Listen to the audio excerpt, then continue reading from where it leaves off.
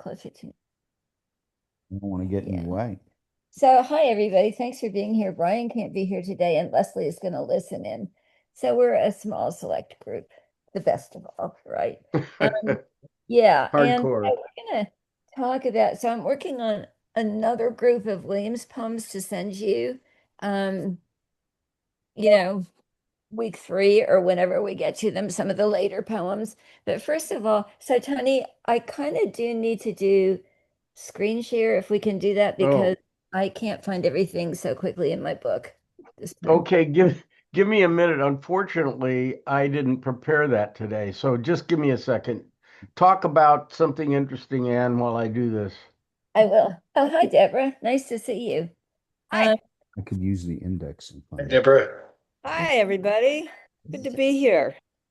This is just to say it's not even in the index, which is ridiculous. Yeah, we're going to kind of flounder around a little bit. But first of all, I wanted to read you Look at You, the collected poems of William Cross Williams. Yeah, I've got that too, but I can't find what page This Is Just to Say would be on. If you can find that, or if whatever, I'm sorry, I'm kind of disorganized today because I realized that I don't have everything. But 372. I want to start with the poem By the Road to the Contagious Hospital, which I did send you on your document. Maybe everybody has access to that. By the Road to the Contagious Hospital. Okay. So this is from the book Spring and All, which, as I said last time, is really one of Williams's very most important documents. It's a combination of crazy prose and poetry, and it expresses his theory of the imagination. Um, and it's sort of deliberately, in some ways, Dadaistic, like, starts with chapter 19 and it goes backwards and forwards and upside and down. But it's got some really great poems. And this is the poem that kind of bursts into existence at the beginning or near the beginning of Spring and All. And I'm sorry. Give me the title again. It could be either called Spring and All or By the Road to the Contagious Hospital. Okay. Williams did not give it the title Spring and All.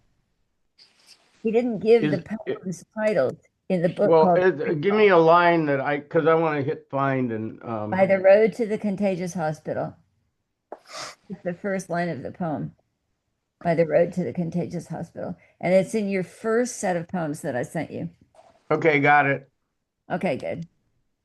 Okay. By the road to the contagious hospital, under the surge of the blue mottled clouds driven from the northeast, the cold wind, beyond the waste of broad, muddy fields, brown with dried weeds, standing and fallen, patches of standing water, scattering of tall trees. All along the road, the reddish, purplish, forked, upstanding, twiggy stuff of bushes and small trees with dead brown leaves under them, leafless vines. Lifeless in appearance, sluggish, dazed, spring approaches. They enter the new world naked, cold, uncertain of all save that they enter. All about them the cold, familiar wind. Now the grass, tomorrow the stiff curl of wild carrot leaf. One by one, objects are defined. It quickens, clarity, outline of leaf, but now the stark dignity of entrance. Still, the profound change has come upon them. Rooted, they grip down and begin to awaken. Hi, Leslie. So this is an amazing poem. And I'm going to do what I did last week, which is just ask you all to say anything that you notice about this poem. We're going to spend some time with this poem because it's remarkably multi-layered. Okay. So what do you notice about this poem? No comment too small. It deals with plants. It deals with plants. Okay. Say more about that. Okay, so many people, not, I don't know about most, but many people have what's could be referred to as plant blindness. Like they'll go through a landscape and they'll see the house and they'll see the fence and the road, but they don't see the plants. And he sees the plants all the time. Great. Okay. Tell you what, let's not do screen sharing right now. Okay. I'm sorry to go back and forth with you, but since everybody's talking, I want to be able to see everybody. Okay. So, yeah, plant blindness. That's a very good phrase. And you're absolutely right. This is very much about plants. Okay. What else do you guys notice? What's interesting, you put it in place because the hospital doesn't really matter here, but it's he's reflecting on what he's seeing. He's on his way to the hospital because he's a doctor, right? But that's not in his mind. It's what's as Douglas talks about. He's sensing all of this is around him in such great, wonderful detail. I mean, I really love his description of the plants and the fact that they got there by themselves and didn't even know why they were there, and now they've kind of taken root, which is such a wonderful imagery. Okay. Okay. Great. What else?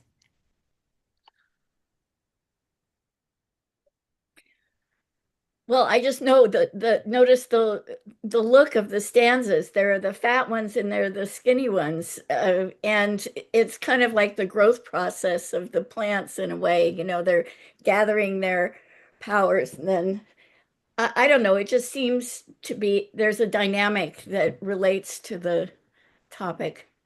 That's interesting. Okay, sure. So it's in stanzas, but the stanzas are of somewhat uneven length. Okay. So you've got 6 line, 2 line, 5 line, 2 line, 4 line, 4 line, 3 line, 4 line. Yeah. So there's a kind of evenness, but also an unevenness, right? And he's comfortable with that. Okay. So this is free verse, right? This is not rhymed. It's not metrical. All the lines are approximately the same length, although brown with dried wheat, standing and fallen is longer. Leafless vines is shorter. But you've essentially got a poem that moves down the page in a fairly symmetrical but somewhat uneven way. Look at his line breaks. Williams is a master of line breaks. Somebody talks about the jagged resort of his line breaks. By the road to the contagious hospital. That's a syntactic unit. Under the surge of the blue is not. Mottled clouds driven from the northeast, a cold wind beyond the right. He keeps pulling you up short in a way. If you take workshops, somebody will say to you, never end a line with the word the. But Williams is like, oh, what the heck? He's using these little words for Williams. The little words like the and an are as important as the big words. So if you look at Williams's indexes of poems, they're not indexed according to Christmas tree, comma, the. They're indexed as the Christmas tree, right? And that's a really different attitude toward language, toward, the kind of question of priority in language. So you've got these jagged line breaks that keep you, I think, kind of pulling up short at the end of a line and then carrying over to the next line. Be really paying attention. You have to pay attention. Ways to broad, muddy fields, brown with dried wheat, standing and fallen. That's pretty much syntactic. Then you get the repetition, patches of standing water, the scattering of tall trees. Deborah, will you say something? Oh, I just didn't mean to interrupt. I was enjoying your reading.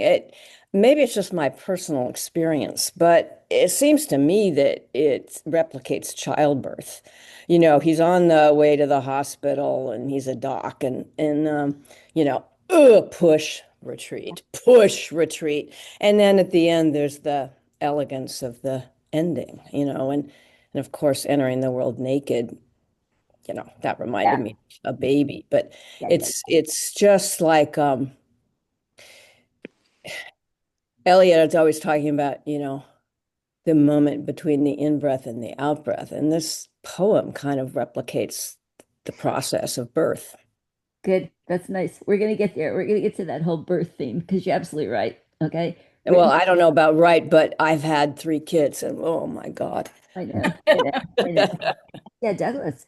Yeah, I had the same thought when it said, but now the stark dignity of entrance. I thought, oh, he's talking about childbirth. Yeah, you guys are getting to the end before we're at the beginning. I want to talk a little bit first about sound patterns and about the overtly described landscape. Okay. because you're totally, absolutely right, but we're going to get there.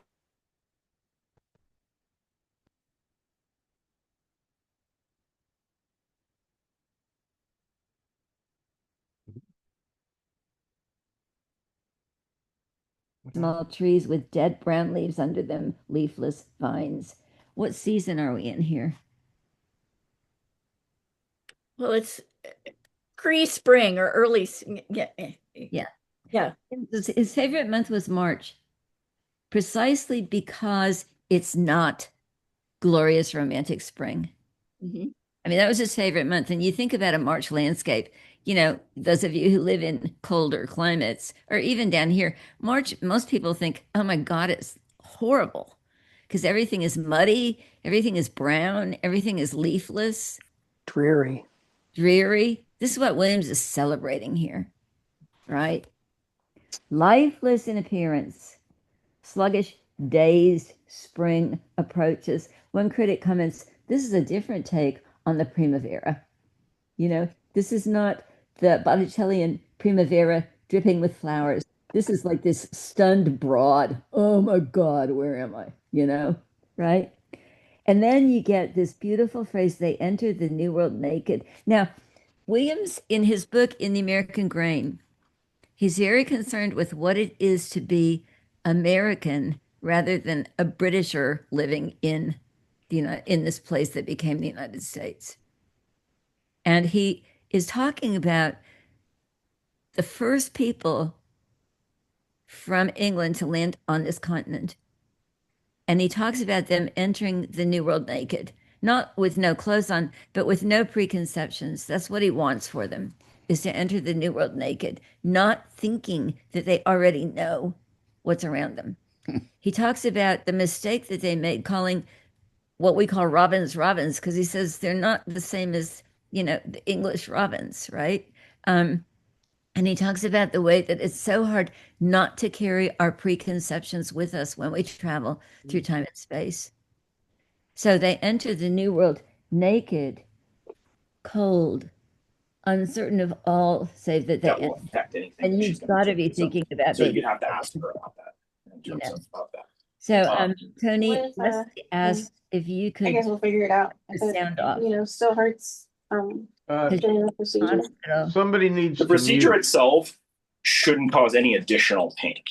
They'll have to get you to the procedure area, but the Tony, actual please procedure, mute Leslie. all Oh, the pain is Leslie. coming from what's Yeah, there can you already, mute the needles Leslie? that are there already.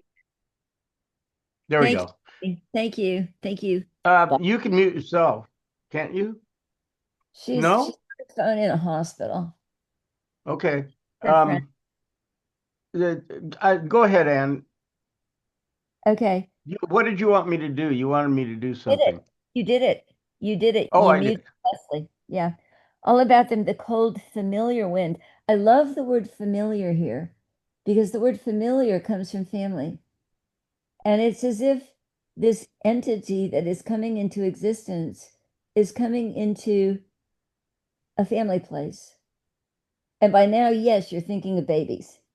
You're thinking of, a baby when it's born is going from 98.6 degrees to a colder place, even if it's a warm room. But yet somehow it's a familiar place. It's a family place. It's a place. This poem makes me cry. You guys are going to just have to listen to me cry through American poetry, But it's going to a place where it's welcomed, hopefully, into a family, right? And then he goes back to talk about the process of what's happening underground. Now the grass, tomorrow the stiff curl of wild carrot leaf. One by one, objects are defined. It quickens. And of course, that's a birth term first. When a baby first quickens is when the mother first feels it in the body. Clarity, outline of leaf. So he's talking about at least two different things here. But then he backs up. But now the stark dignity of entrance. Still, the profound change has come upon them. Rooted, they grip down and begin to awaken. So Williams would say everything that is going to rise from the earth has to grip down into the earth, right? Now, there's one more thing I want to talk about too, which is the first line. What is a contagious hospital? hospital for contagious Yeah. disease. Yeah. Yeah, tuberculosis Yes. probably. Right. Yeah. So it's not a hospital. It's not a lying in hospital. It's not maternity hospital.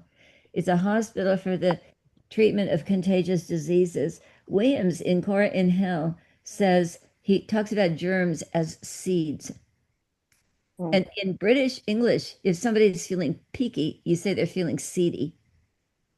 Germs are working in them. So this contagious hospital is a hospital that's full of seediness, just like the earth is full of seediness, just like a baby grew from an ovum and a seed. So, and Williams also says in Cora in Hell, for a doctor, I mean, obviously he's treating disease, but he sees, he's not being moralizing about it. It's an amoral statement that the contagious hospital is a place for seeds. Oh, damn it. Just let it go, honey. Yeah, I'll just let it go. Sorry, guys, you just have to listen to it ring for a minute. So all these things are happening at the same time. It's a poem about springtime coming. It's a poem about the time that spring hasn't happened yet. It's a poem about the coming into existence of people into a new land where they don't know anything.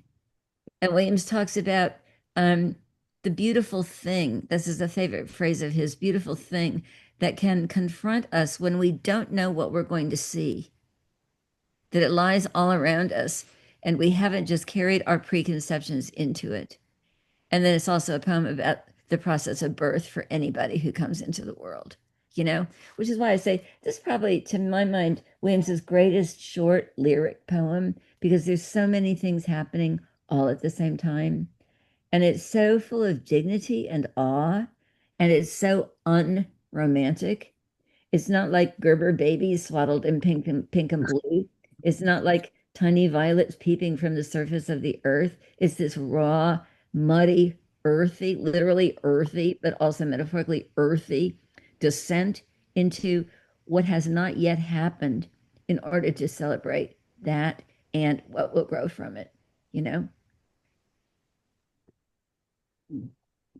You got to get it, Peter. Sorry. I will. Yeah. Okay. So let's. I can't get up from this place. Okay. I can pull my phone down. Hang on, everybody.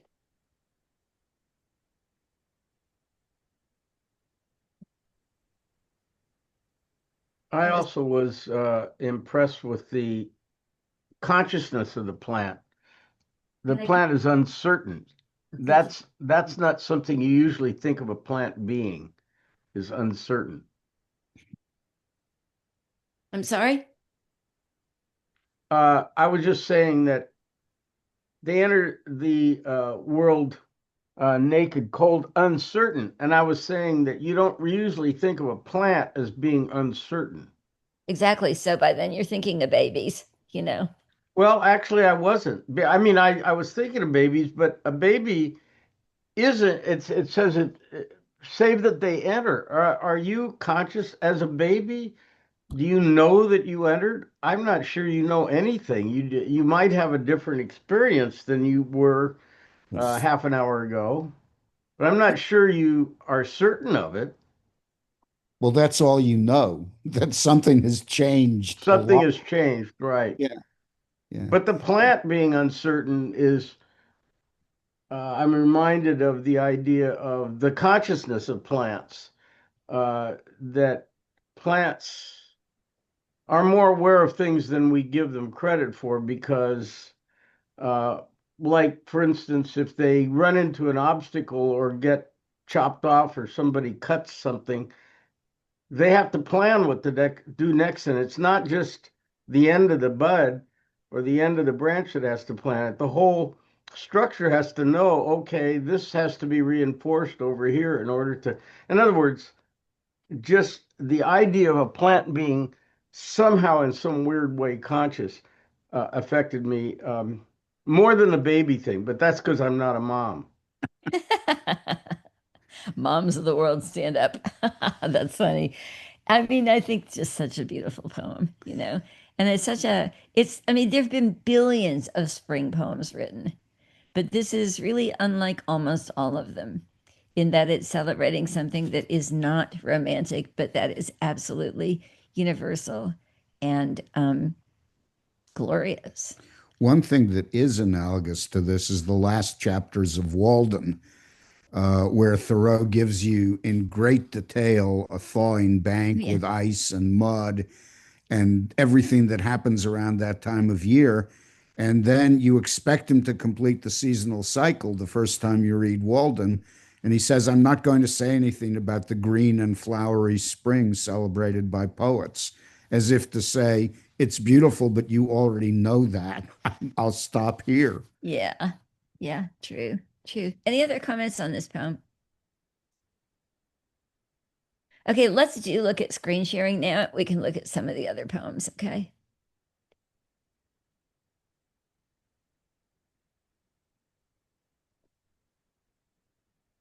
Thank you, Tony. Thank you very So much. what's next then? Well, let's go to screen sharing and we'll just zoom past the Wanderer and see where we get.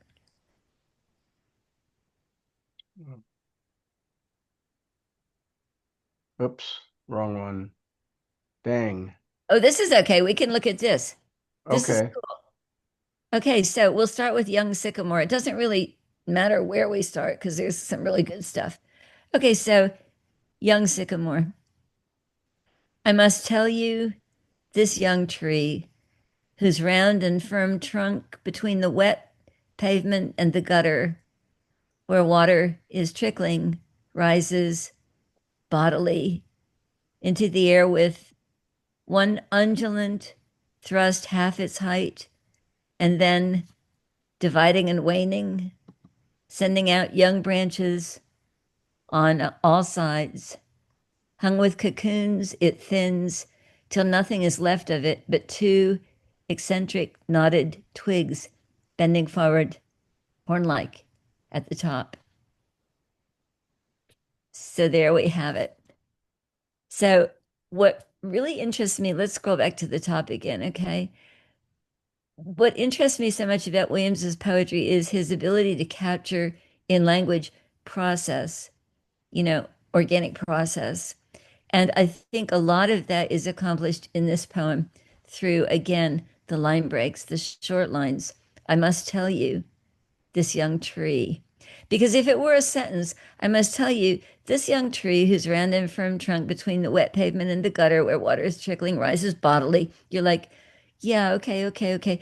But to my mind, he's enacting the growth, in a sense, struggle of this tree, the process of this tree as the trunk rises from the gutter where water is trickling. It rises bodily. Williams is so much a poet of the body, a poet of the senses, a poet of, tactile experience.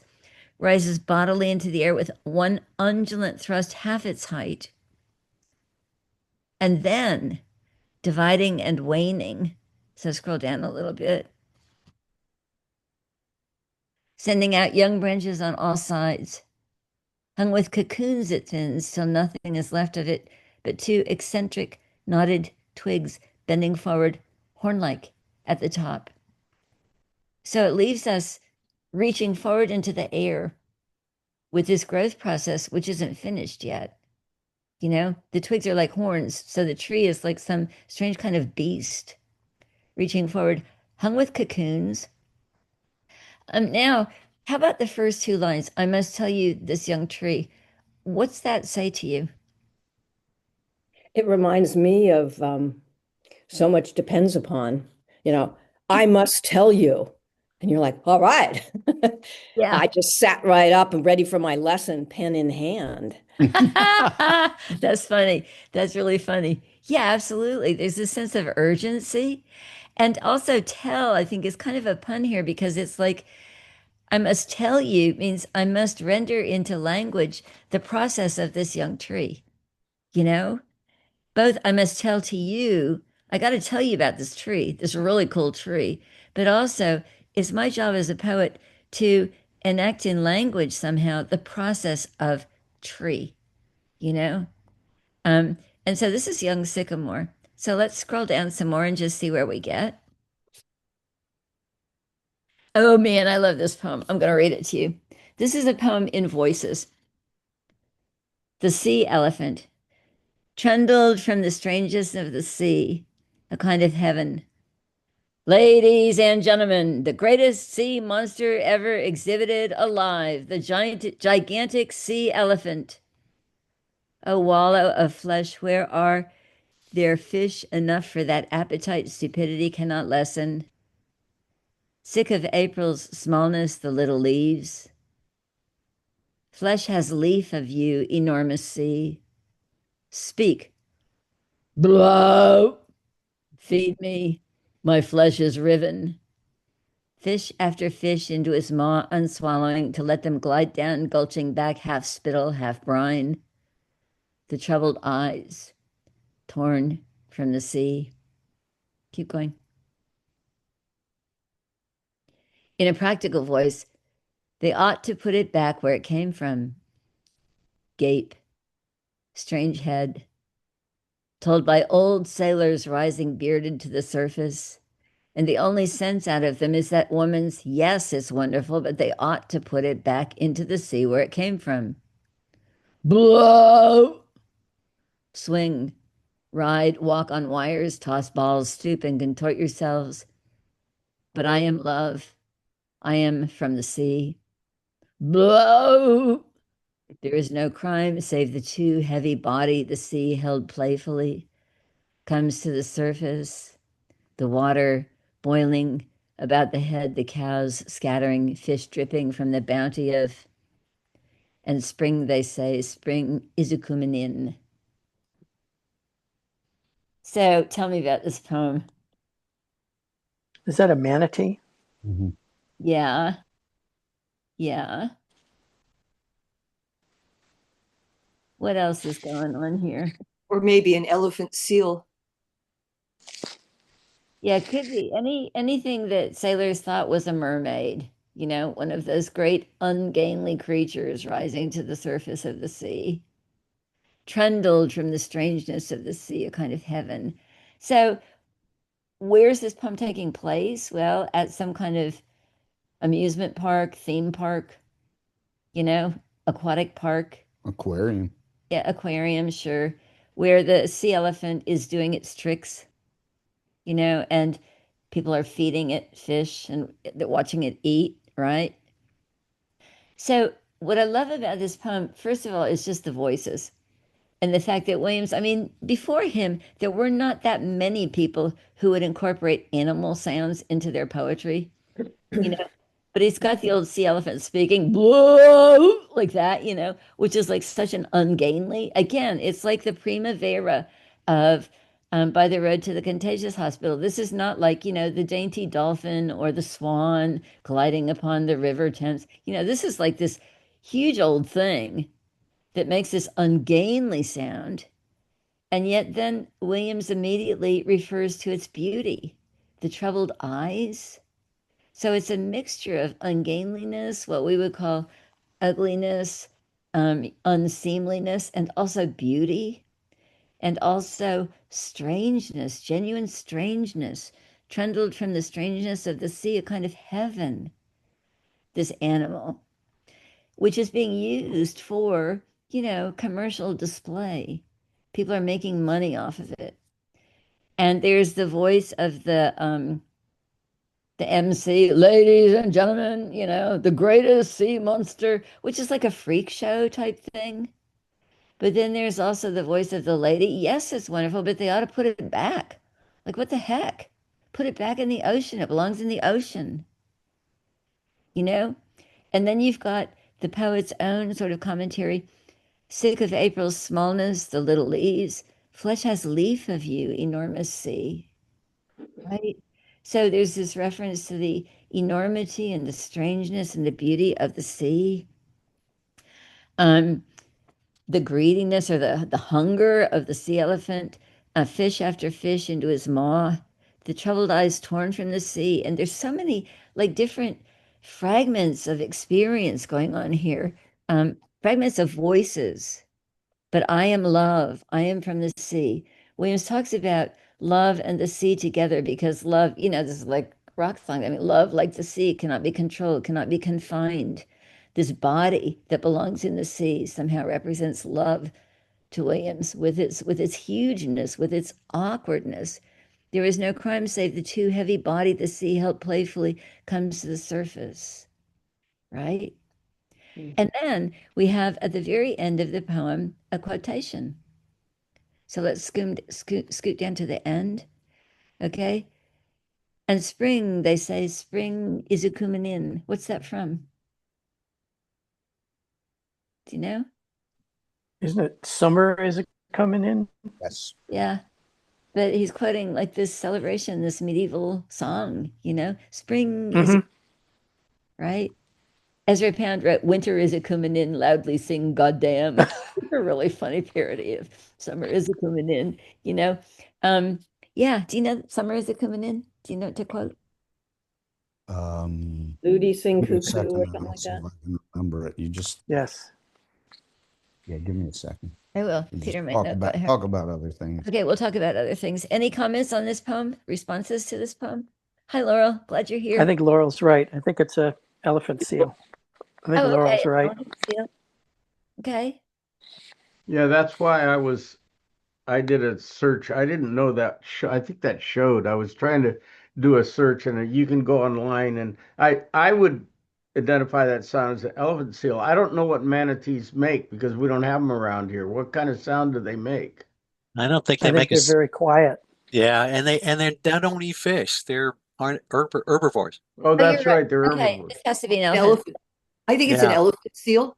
And Yeah, there was those. an article recently about elephant seals, and they're pretty remarkable creatures. I can't remember whether I saw it, but they can be underwater for longer than any other seal or thing, and they come ashore at Ano Nuevo in along the coast in the south of Santa Cruz for breeding, and they do make very loud Yeah. noises and No, waddle around um, and you're not allowed to go out there when they're breeding, when they're ashore and breeding, but I guess there are places where you can observe, and they're huge. I mean, they're just enormous. well, Yeah. we have them on San Francisco Bay, and they've taken over some of the slips. And another thing, the silky, isn't that a like an Irish or Scottish myth, the silky, and isn't that a sea lion?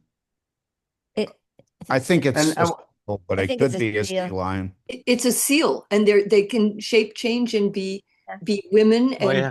seductive. Nice. And it's at least in Scotland, that's the Yeah. Yeah. so that's a seal, not a sea lion, huh? Yes, it is. What's the great movie about the little kid who's a seal? Secret of Roan Inish. Yeah, that's a lovely movie. The Road Inish. Yeah, I love the Silky. Jem Baez sings that song. It's one of my favorites. Peter, do you remember it? Never mind. Okay. Okay, Peter, come back. I'm sorry. Well, it's just you can't think ahead like that. Let's scroll down some more. Okay, we're gonna look at the two versions of the locust tree and flower. First version, among the leaves bright green of wrist thick tree and old stiff broken branch, fern cool, swaying loosely strung, come May again, white blossom, clusters, hide the spill, hide to spill their sweets almost unnoticed, down and quickly fall. Here's the second version. Among of green, stiff, old, bright, broken branch, come, white, sweet, May, again. Again, I really like that. It's as minimal as it could get. And I like Williams's experimental attitude, that he's written what would ordinarily be called a minimalist poem, but it's not that great a poem really. And then he pares it down further just to get the line of becoming, the line of action, the process again, among of green, among, of, so both among the green and of the green, stiff old bright broken branch come white sweet May again. So you've got this process of flowering, this process of becoming, which comes out of something that's stiff and old and bright and broken. That's all I want to say about that, but I wanted you guys to see it because his experimenting is so fascinating. So I have a question on this one, Anne. Yes. So it, I mean, obviously it felt like an experiment. It's like, what happens if I pare this down to just the absolute minimal essence of it? I would guess that if he had just published the second version without the first, it wouldn't have made sense. So you need to sort of see the first one to understand the second one. That's a really Yeah. good point. It's a little bit like a theater piece, you know? I think that's a really good point because they are published first version, second version. So, you know, we're being asked to notice the difference and to think about the process of pairing and the process of becoming. And to me, the second version is just a lot better than the first. You know, I ordinarily wouldn't think of something as spare as the first version. I wouldn't think of it as cluttered, but compared to the second version, it seems cluttered to me. Hmm. And you've got this single thrust of action in the second one. Are you? Yeah, if you What want to is go ahead. what is among of green? What syntax stuff is going on there? Very unsyntactical syntax. Mhm. Among the green, but also of, made of green. Okay. I don't know. I mean, it's a bit mysterious because it's stiff, old, bright, broken branch, but yet there's green in that branch. The branch, if you would scrape the bark, it would be green inside, which is why you know it's still alive, you know? You were saying that the was important to him, and now there should be a the there, and there isn't. Nope. It's important. I'm saying it's as important as other words, but if he doesn't need it, he doesn't need it. Well, Where I'd would say he needs it. where? Well, among of the green, stiff, old, bright, broken branch come, that would be more common syntactically. I'm not saying that's perfect, but among of green, that's a very strange construction. It is strange. It is strange. Well, you could say among the green, of the green. Yeah, You can spell it right. all out, but then you're not making the reader think. Hmm. Here we go. Peter's going to say summer is a coming in. Okay. Right. This is the first poem in the Oxford Book of English Verse, and it comes from about 1226.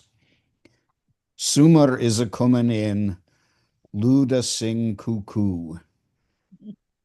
Groweth said and bloweth med, and springeth the wood new. Ewe blateth after lamb, lueth after calva coo. Bullock sterteth, bucka verteth, Murray sing cuckoo. Cuckoo, cuckoo, well singest thou cuckoo, nay swike thou never knew.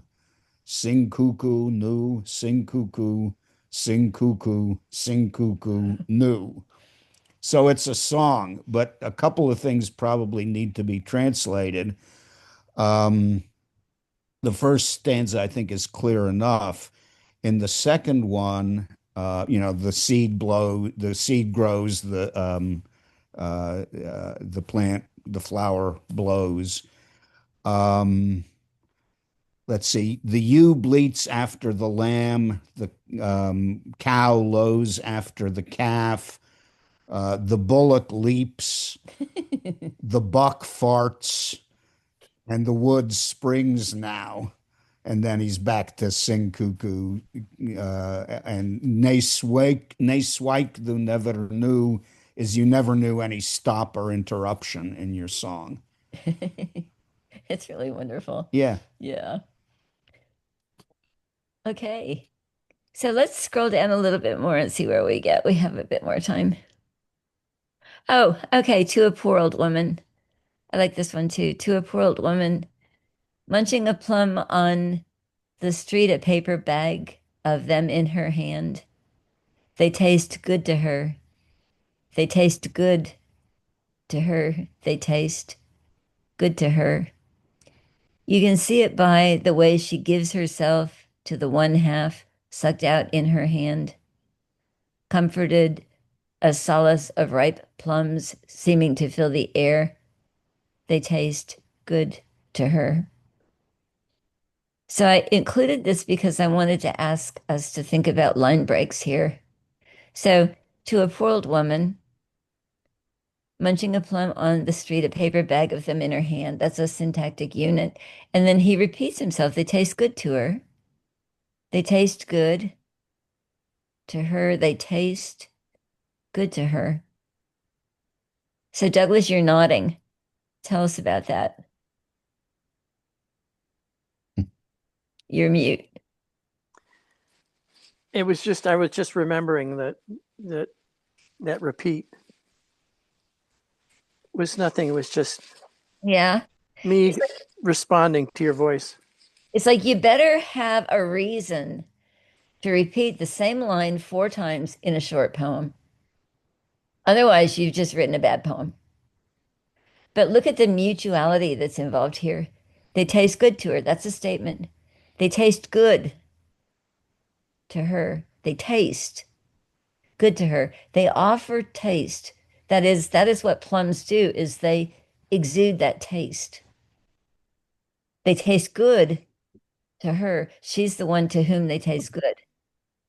You can see it by the way she gives herself. Usually gives herself is like a kind of sexy statement, but she gives herself to the one half cut in her hand. She is all into this plum. She's giving herself to this plum. She's comforted and solaced by this plum, right? A solace of ripe plums seeming to fill the air. Not just her, but it's like the whole atmosphere somehow magically changes by the pleasure that this poor old woman, she's poor and she's old, and he's not romanticizing her condition, but he's just noticing how she really is enjoying this plum and how this plum is offering plumness to her, and she is offering herself to the experience of eating this plum, you know? And then he just repeats that. They taste good to her. It's like that's all we need to know is just the kind of rounded off plum-like experience of this little poem. Could be that she's eating 3 plums also. She could be gobbling them up because she's got a bag of them, you know? So she's not going to stop with just one. She's like, and it's so, again, it's so physical. Yeah, Barry. I like this one. I like it because it's something so banal and common that most people wouldn't even have noticed it. Yeah. But he noticed it and he looked deeply into this moment. And again, it's a poor old woman just eating a plum. I mean, who would it wouldn't normally be a topic of a poem, Yeah. but he believes that everything going on around him has poetic potential. Poem can be made of anything. And that's what Well, he's doing. but I think it's also a reflection of the fact that if you're a poor old woman, a plum if you have lots of money, one plum is like another. I mean, you've done that. Once you've done that, but to her, this is a wonderful moment. This is a rich. This is something where she can really get into it. And Yeah. It's a treat. It's a yeah, treat. yeah. It's very. You get the sense of the specialness and the fact that she gets imbued with that whole, because 10 minutes from now she's going back to something probably not as much fun and so on. But it reminded me, our farmers market, it's twice a week, all year round, wonderful place. And in the summer, they have these strawberries that you can smell from. Yeah. Yeah. I had gotten a 3-pack of them and was walking, I guess maybe I was getting ready to leave and carrying this 3-pack of them. And I ran into one of the people I knew from the homeless shelter intake, a woman who had, really major mental health issues, but when she was not off, she was a very kind person. and had been particularly kind to me when I came in tears because one of the dogs had died. But at any rate, she said, "Oh, those smell wonderful." And I said, "Would you like some?" And all of a sudden, somehow she wound up with the whole 3-pack. And I was thinking, all right, well, whatever. But then a couple of days later, I ran into another one of the people in the shelter, and they said, "Oh, she, her name told us that you had given her the strawberries, and she brought them to. We were eating lunch in the park, and she brought them to us, and they were so wonderful." And so that's why she wanted the 3-pack to share. And everyone, this little group of people who were unsheltered had just enjoyed them so much. That came to me when reading this, that it was a very small pleasure, but it stayed with them. And the reason she wanted them was to take it to everyone else, That's take really it to nice. other group. That's really nice. Yeah. And, I think the other thing is that most people walk right past the people like this woman and her friends, Yeah. and either don't notice them or complain about them. And Williams obviously paid attention and was charmed, that by how much this woman was enjoying this very, very simple pleasure. Yeah. I mean, and these were the kinds of people who were his patients, you know. Yeah, absolutely. I mean, he had also middle-class patients and so on, but he had a lot of patients who were recent immigrants, who were African American, or, sort of Poor. poor people. Yeah. Yeah. Let's scroll down a little more and see where we get. Ah, the yachts. Okay. So this is a poem I'm just going to mention. This is a poem from the Depression era. And this is a poem in which Williams uses rhyme, which is extremely unusual for him. The yachts contend in a sea which the land partly encloses, the yachts contend in a sea which the land partly encloses, shielding them from the too heavy blows of an ungoverned ocean, which, when it chooses, tortures the biggest hulls. The best man knows to pit against its beatings and sink them pitilessly. Moth-like in mists, scintillant in the minute brilliance of cloudless days with broad bellying sails that glide to the wind, tossing green water from their sharp prows, while over them the crew crawls, ant-like, solicitously grooming them, releasing, making fast as they turn, lean far over, and having caught the wind again, side by side, head for the mark. In a well-guarded arena of open water surrounded by lesser and greater craft, which, sycophant, lumbering and flittering, follow them, they appear youthful, rare as the light of a happy eye, live with the grace of all that in the mind is feckless, free, and naturally to be desired. Now the sea which holds them is moody, lapping their glossy sides, as if feeling for some slightest flaw, but fails completely.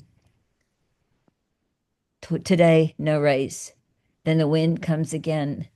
The yachts move, jockeying for a start. The signal is set, and they are off.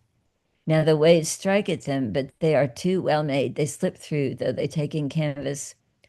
Arms with hands grasping seek to clutch at the prows. Bodies thrown recklessly in the way are cut aside. It is a sea of faces about them in agony, in despair, until the horror of the race dawns staggering in the mind. The whole sea becomes an entanglement of watery bodies, lost to the world, bearing what they cannot hold. Broken, beaten, desolate, reaching from the dead to be taken up, they cry out, failing, failing, their cries rising in waves still as the skillful yachts pass over. So I'll just start us off by saying this is a much more intensely written poem than a lot of Williams's poems, by which I mean a lot of the word choices, especially toward the beginning, are Latinate, scintillant, sycophant, and so on and so forth. It's like, and then beautiful sound patterns, moth-like in mists, scintillant in the minute brilliance of cloudless days with broad bellying sails, etc., etc. Um, it's very intensely written. It's a very beautiful poem, and it's about, at least at the beginning for the first half, a very beautiful thing, right? The yachts, which he says, are youthful. They appear youthful, rare as the light of a happy eye, live with the grace of all that in mind is feckless, free, and naturally to be desired. So there's the yachts, which are like sparkling white in the brilliance of cloudless days. They glide to the wind. Okay. But there's, I think, a lot else that's going on in this poem too, which is why I mentioned that it's written during the Depression. And I think that it does a kind of, I'm going to say this, it's not really accurate, but like a Mobius strip thing, it flips over on itself about halfway through. Now that waves strike at them, but they are too well made. They slip through, though they take in canvas. And then we start talking about these bodies thrown recklessly in the way. Now, I read one interpretation of this poem that I think is idiotic, which says, oh, it's a capsize and there's all these bodies in the water. I don't think that's what's happening at all. Yeah, Douglas? When I, hearing this, hearing you read it, which is different than reading it myself, immediately remembered a painting by Turner called Polyphemus Derides Odysseus. And in the Odysseus is standing in his ship, and the bow wave is bodies. It's not human bodies, but they're the wave, the foam has taken the form of bodies. That's just what hit me when I heard that. So let's think about economics, because this is a poem about, I mean, Williams was not a yacht owner. He was not a yacht rider. He did not go sailing around in yachts, So I think this is a poem about Depression era economics or Trump era economics, if he were alive today. You've got your yacht owners, and then you've got arms with hands grasping, scoot down more, grasping, seeking to clutch at the prows, bodies thrown recklessly aside, sea of faces about them in agony and despair, until the horror of the race dawns, staggering the mind. So all of a sudden we're being asked to think, what is horrifying about a yacht race? Well, not just the fact of yachts racing, but the fact of who yacht owners are, what yachts represent, who is left out, who is lost to the world, bearing what they cannot hold, broken, beaten, desolate, crying out, failing, failing, their cries rising in waves still as the skillful yachts pass over. I think it's a great poem about economic disparity, about economic injustice, but it's not that on the surface. It's like you have to be thinking halfway through, what the heck's going on here? How did these bodies get into the water? And then you start realizing the metaphorical level of this poem as well, But don't you? Does it have to be metaphorical? I've been on a lot of sailboat races, and that's not at all what I took from it. I took the literal truth of people do get into accidents in races, and then there are desperate people in the water, and all of a sudden life and death is at stake. And it's not just a matter of a gentleman's day out on the water. This does happen. That's what I related to. I didn't really make it metaphorical in my mind. Well, I think it's that too, but it's just that I think a line like the whole sea becoming an entanglement of watery bodies lost to the world, bearing what they cannot hold, is asking us to look for some other, beyond people tossed overboard.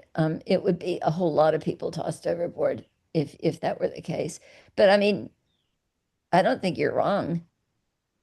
Well, how much does this take away from the beauty and grace of the yachts and the skill and to some extent the courage of the people who are sailing them? My feeling is that they're both there, and he is not blaming yacht owners or people who sail yachts for social and economic inequality, although I agree that that sea of faces in agony and despair does suggest something like that. So it seems to me a poem that is treading a very fine line And you could imagine a Stalinist saying, "Oh boy, I could really go to work on this." And I think, missing more than half of the poem, although I agree with Anne, it really does end up being disturbing in a way you hadn't expected.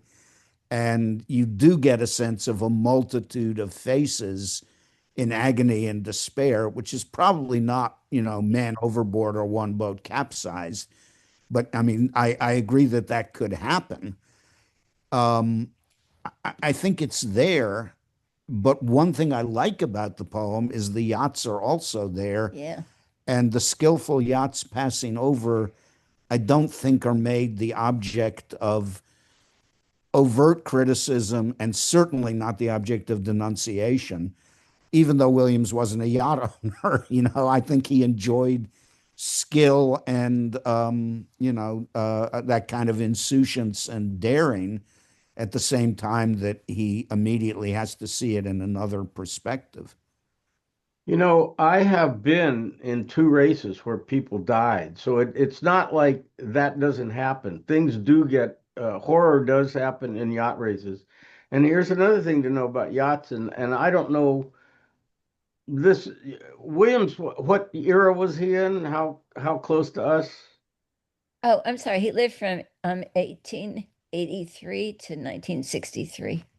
Okay, when he was a kid, yacht racing was well, it would have just been Corinthian. In other words, for example, in the first America's Cup, the guys who were on board were working class grunts. The owners weren't sailing, Yeah. and Tipton, I mean, Lipton was extraordinary in the sense that I think, actually sailed his boat, but the rich people were in the yacht club betting on the races. The guys who were sailing the boats were fishermen and working class guys, and in fact couldn't even come into the yacht club because they weren't of sufficient high class to be members. Well, then there's more economic stuff going on too. Yeah. That's really interesting. Yeah, Douglas. Yeah, it says the date of the book that this poem comes from is 1935. Mm-hmm. Yeah. So Williams was in his 50s. And his best poetry is not from the 1930s. He's mostly writing short stories and his novels during the 1930s. And he's very much concerned with economic struggle and economic concerns and working class poverty, during that time of his life. Yeah. But not politically active, as I No, understand. he was somewhat politically I active. mean, he might sign a petition. Yeah, or he was something, signing all those petitions. not beyond that. Yeah. Okay, so I think we're about out of time. Let's go back to seeing everybody. Hi, Alan. And just see if anybody has comments or whatever. It's really nice to see everybody, and I'm about ready to freeze to death here. Anybody have final comments or questions or anything? Oh, I wanted to read you something, but I'm not sure I can get it. I'll send it to you. It's an example of a really, really, really early Williams poem, and you'll see how he pulled himself up by the nape of the neck and gave himself a good shake and changed the way he wrote poetry, because you're gonna laugh when you read it, you know. Um, any other? If I can, hearkening back to our philosophy class, if I can introduce a philosophical notion here from Hegel, the poetry of Williams is more immediate than Eliot. Eliot is, engaging us in a grand sweep of philosophy, literature, and history and myth, whereas Williams is focusing on the immediate sensations of what he's feeling and experiencing. And it's a completely different orientation, a completely different brain exercise, as it were, Yeah, to read Williams from. It's almost like a different medium yeah, from Eliot. yeah. Now, some of the later poems by Williams are much more kind of philosophizing or musing, and you'll see some of those. Um, Let me see. Maybe we can end by just taking a look at This Is Just to Say. Can you quote that? Yeah. This is just to say, I have eaten the plums that were in the icebox and which you were probably saving for breakfast. Forgive me. They were delicious, so sweet and so cold. Yeah, that's a great poem. And I have spent up to a half hour with classes talking about that because one thing that's really interesting to talk about is who controls food in any given family. You know, it's like when Williams was a husband back in the day, the wife controlled the food in his family. She planned the meals, she bought the food. He writes in other poems about her, buying fish from the fishmonger and milk and fruit and so on and so forth. And he's stealing. He uses that word stealing, which is an important word for him, and it's a loaded word. And it means doing things beyond and outside the strict rules and obligations of marriage, including eventually infidelity. But here he's stealing plums. Okay, so think about that poor old lady and how she loved her plums. He loves the plums the same way. Forgive me, they were delicious, so sweet and so cold. It's also interesting. Kids will talk about, okay, icebox. What's an icebox? Back in the day with the icebox, but also just the title. This is just to say, cuts it different ways. This is just to say, I just want to tell you this, but also it's fair to tell you this. It's a matter of justice to tell you this. This is just to say, I've eaten the plums. They're in the icebox, and what you were probably saving for breakfast. So Flossie, Flossie's a very real character in Williams's poetry. She probably was saving, okay, we're gonna have, plums for breakfast. And then she goes to the icebox and gosh darn it, no plums. Now what am I gonna feed the boys? But at the same time, it's an invitation. Williams, remember that early poem called Marriage? A stream in a field, right? Williams, a man and a woman, a stream in a field. Williams thought of himself as stream-like. And we can see that from his poetry, always moving, always changing. He thought of Flossie, and I'm sorry to say this, but as, very set, right? At one point, a poem that I didn't give you, he's like, must you always be gray? You know? And he thought of her and she was less energetic, less imaginative, gotta say it, less brilliant, but also probably a lot more stable, you know? So it's like, it's both he's confessing to something, but he's also inviting her to share something, you know? They were delicious. It's sort of like you could almost say, why do you have to be saving them? It's like, why can't you be stealing them too? So I think in Williams's best poems, there's this kind of um, equivocation or ambivalence or ambiguity. As we've just seen with the yachts, it's like I think that every way that we talked about reading that poem is not incorrect, and we bring different things to it, but it's surprisingly complicated poetry for all that it's short and pretty accessible. It's a speech act that it's an act, something written down, communicating, with a spouse. But it just said, "Oh gosh, Flossie, I ate the plums. Sorry about that." But he offers her a poem. He writes her a poem. It's got to be a super famous poem, you know? Somewhere I heard, maybe it was here, that it was actually a note on the Yeah, outside of the icebox. yeah, yeah. Like off to do my daily rounds, really love the plums. And then actually she wrote a reply, which I read an article about at one point. She wrote an answer to that. Um, but it's just a really interestingly complicated poem once you slow down and kind of really start thinking about what's going on there, you know? That's just to say, I've eaten the plums. Forgive me, they were delicious. I'm really sorry, but oh God, they were good, you know? So sweet and so cold. Quite lovely.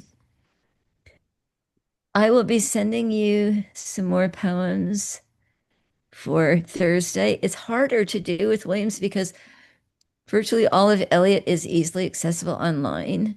With Williams, it's much more excerpts from things, especially as we get into the later poems. And I'm kind of cobbling together various bits and pieces of things for you, but I will send it to you this very day. And I will see you. Thank you for being here. Bye. Bye, everybody.